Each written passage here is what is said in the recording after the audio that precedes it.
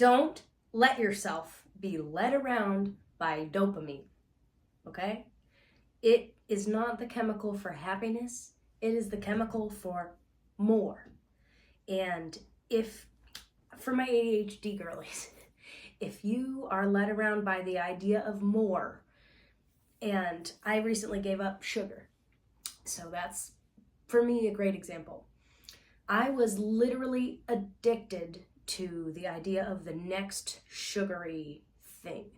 And whatever that shows up for you, maybe for you it's not sugar, right? That's just an example. It could be other things.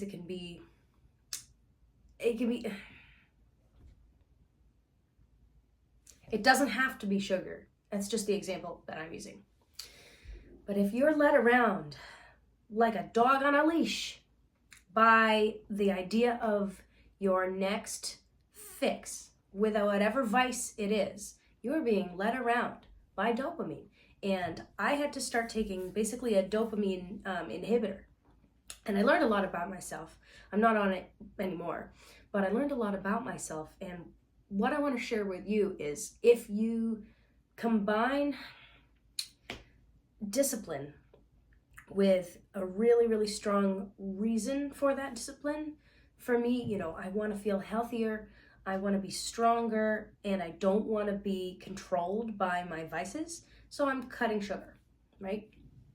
If you can do that for whatever your vices are, and you don't have to tackle everything that you do, if because you derive your dopamine from caffeine, you don't have to give every single thing up, right? You don't give up coffee the day you give up sugar. For the love of God, everyone will hate you that day, and you will hate them. You know what I mean? And do this all within reason. And I'm not a doctor. I'm not a therapist. I'm just a girl standing in front of a camera asking them to love her. No. I genuinely think that when you are controlled by dopamine, you don't realize it for a long time. And there's nothing wrong with that necessarily, but you can't put that toothpaste back in the tube once you go. And for me, I literally had a moment where I was like, oh my God, I don't even want this. But I feel like, but what is it?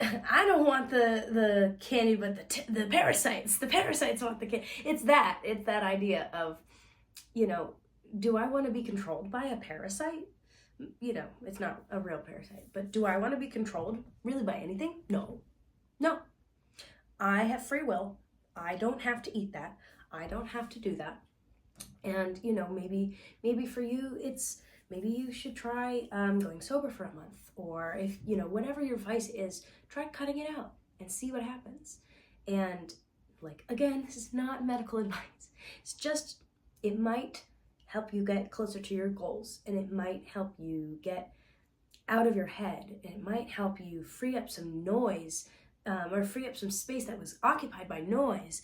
And, I don't spend nearly the amount of time thinking about food, sugary food, that I don't think about it. I went to the grocery store today, walked down the ice cream aisle, and the only thing that I got a flash of dopamine from was there was something on sale, and I went, oh, that's a good sale.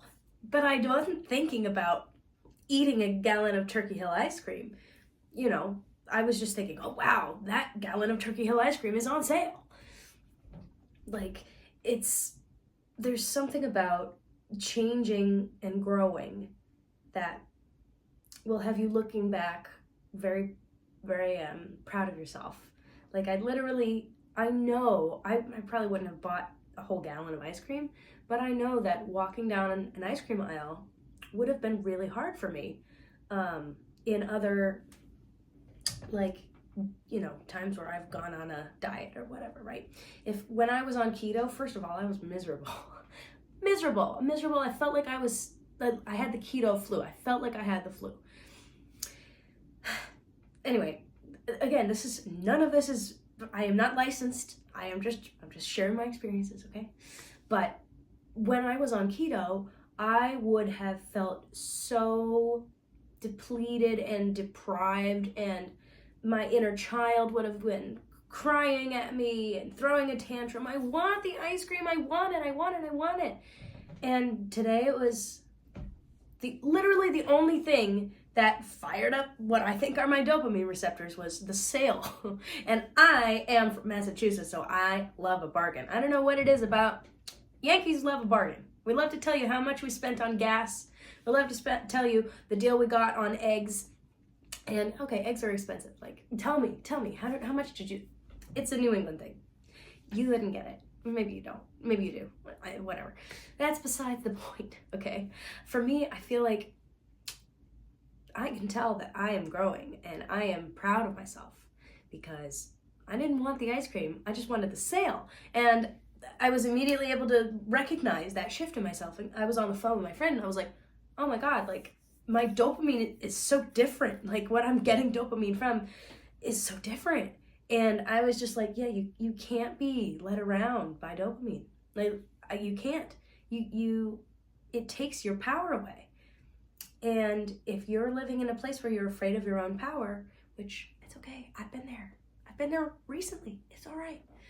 It can be really easy to do these self-sabotaging things because we think that they're going to help us to avoid stepping into our own power. It is a messed up game. It's a messed up game, and a lot of it is not even conscious. If you are subconsciously afraid of success, or you're subconsciously afraid of the unknown, or you're subconsciously afraid of your own abilities, you're going to engage in activities that make you feel as good as you can in the moment without actually moving and changing and growing. Because if you're afraid of moving, changing, and growing, you're gonna do things like eat a thing of Ben and Jerry's because your brain goes, that tastes good, more. And like I said, dopamine is not a chemical that makes you happy. It's a chemical that makes you want more. It makes you want more. And this is the sign for more. And babies learn it, so they learn more. It's like they're literally learning to connect their idea of dopamine to, like when they do this, that they get more. And I don't know, we're so conditioned to consume, and any underconsumption in terms of, obviously within healthy, like boundaries, it's an act of rebellion to say, oh, there's a new Stanley Cup, I'm good. Even in that kind of a sense of underconsumption core. Like, it is a rebellious thing in a society that wants you to consume. It wants you to be completely just distended and unhappy and needing to consume, needing to buy, needing to be subdued. And there is something very powerful about, first of all, not ignoring your own power anymore, because obviously, when you step into your own power, when you aren't afraid of your own voice, or you're not afraid of your own, strength, you can achieve more.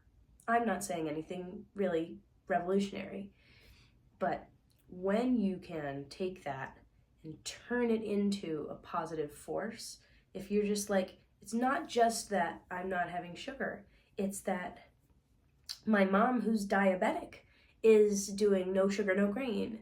And my grandmother, who wants to feel better, is doing no sugar, no grain. And like, it's not about enforcing anything on anyone. It's that good things amplify.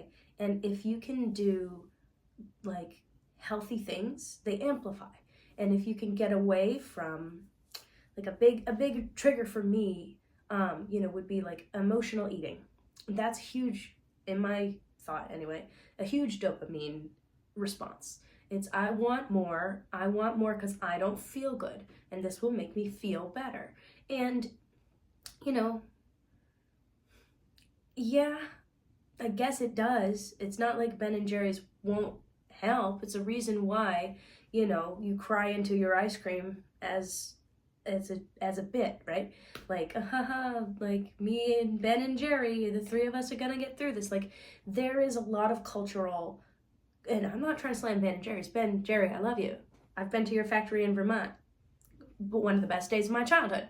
This is not about, it's not about Turkey Hill, it's not about Ben and Jerry's, it's not sponsored by anyone also. I don't know. I don't mean to make too many disclaimers. I'm just saying, when you can step away from over consuming with whatever vice or product or whatever it is for you, because it's different for everyone, if you can step away from that, that is a powerful thing. If, even like cigarettes, right? If you're addicted to nicotine, put your vape in a glass of water and watch your power amplify. Throw your cigarettes away and don't buy the next ones and watch your power amplify. Take your last cigarette and keep it in your car and don't smoke it and watch your power amplify. Whatever your vice is, whatever your, problem thing is. For me, a big, huge one was sugar. Just eating sugar and thinking about eating sugar when I wasn't eating sugar. And you don't realize how much noise, food noise they call it, is happening in your brain until for me anyway, it was until I quit it. And I quit it because we had a plumber over because there was a leak, and he was talking to another plumber, and he was like, oh yeah, I feel so good, I lost weight on having no sugar and no grain. And I thought, I could try that. And I went like 48 hours without having sugar and grain. And it's not about the diet, and I'm not trying to advise you on one particular diet. It's just, this is what happened for me, was I immediately had so much more time in my day because I wasn't thinking about where I could drive to go get, like, I would literally take time out of my day and go drive and get cannolis and then drive home. Like, that's an hour out of my day that I have back. And I wouldn't do that every day, but you see what I'm saying? Like, there were things like that. I would make a pilgrimage. I would make a pilgrimage to the sugar. I would not just bring the sugar to me. I would go get the sugar. And it would take time. It takes your time. It takes your energy. You don't feel as clear-headed when you succumb to it. Like, even, it's the same thing with any cheap dopamine source. And that could be playing too many video games maybe, or watching too much TV, or anything that's gonna rot your brain. It will actually. I mean, at least that's what it seems like to me. You're not doing yourself a favor by engaging in that, and your brain is going haywire because we were not evolutionarily, we didn't have high fructose corn syrup for 99.99999% of human history. We didn't have red 40. We didn't have all of these things, and they wreak havoc. They wreak havoc on your hormones. They wreak havoc on your it made me break out all the time, and I was like, oh my god, I'm so stressed. It's like, no, the breakouts aren't from the stress. The breakouts are from the sugar. But this is not just about that. It's about your relationship with dopamine and your relationship with your own brain. And a lot of that is a mind-gut connection.